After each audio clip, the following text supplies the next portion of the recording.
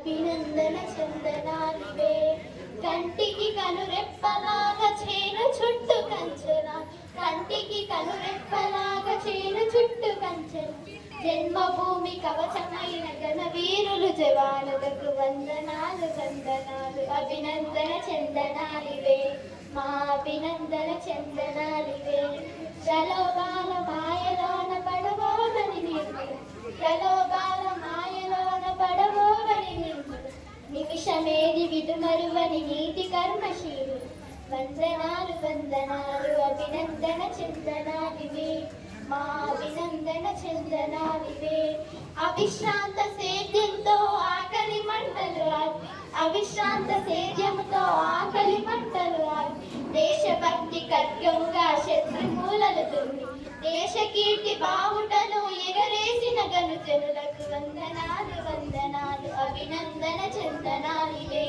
మా అభినందన చందనాలివే మా అభినందన చందనాలివే మా అభినందన చందనాలివే ధన్యవాదములు. థ్యాంక్ యూ అమ్మా.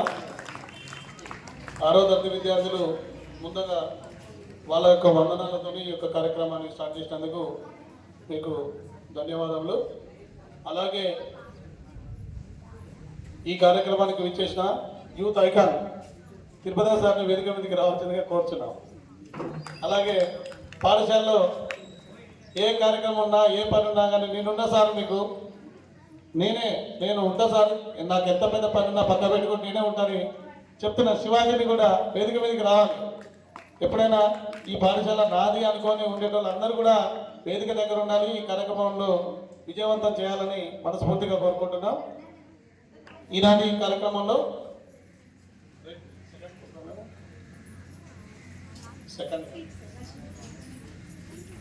ఈ యొక్క ఇండిపెండెన్స్ డేని పురస్కరించుకొని మనకు 9th క్లాస్ వర్షిత స్పీచ్ ఇస్తుంది.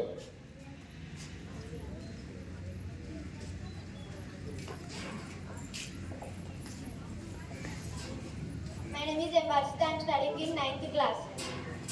శ్రీయుత గౌరవనీయులైన పాఠశాల ప్రధానోపాధ్యాయులు గారికి, ఉపాధ్యాయులకు మరియు గ్రామ పెద్దలకు, గ్రామ యువతులకు, నాతోటి విద్యార్థులకు 79వ స్వాతంత్ర దినోత్సవ శుభాకాంక్షలు. ఈరోజు మనం అందరం ఇక్కడ సమావేశం కావడానికి ప్రధాన కారణం ఎంతోమంది తమ ప్రాణాలను లెక్క చేయకుండా త్యాగం చేసిన త్యాగమూర్తులను స్మరించుకోవడం మరియు మన దేశం గొప్పతనాన్ని పెంచడం కోసం మన దేశంలో కులం, మతం, వర్గ భేదాలు లేకుండా జరుపుకునే అతిపెద్ద జాతీయ పండుగ ఇది. మన దేశాన్ని బ్రిటిష్ వాళ్ళు సుమారుగా 200 సంవత్సరాలుగా మనల్ని బానిసలుగా హింసించారు. అప్పుడు మన జాతీయ నాయకులు గాంధీ, బోస్, సర్దార్ పటేల్ మొదలైన ఎంతోమంది వీరులు వారి ప్రాణాలను లెక్క చేయకుండా పోరాటం చేసే చివరికి 1947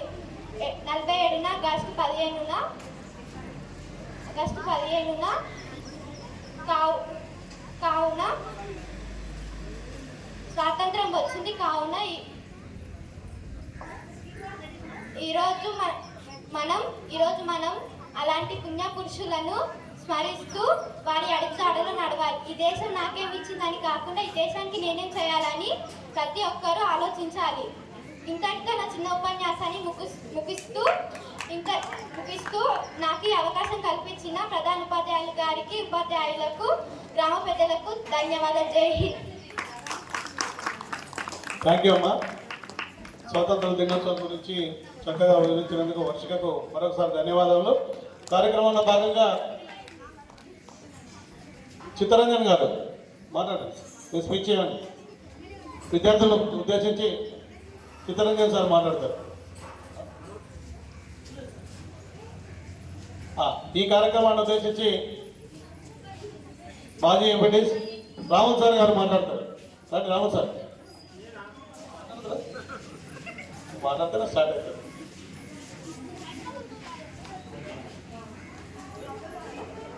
అందరికీ నమస్కారం.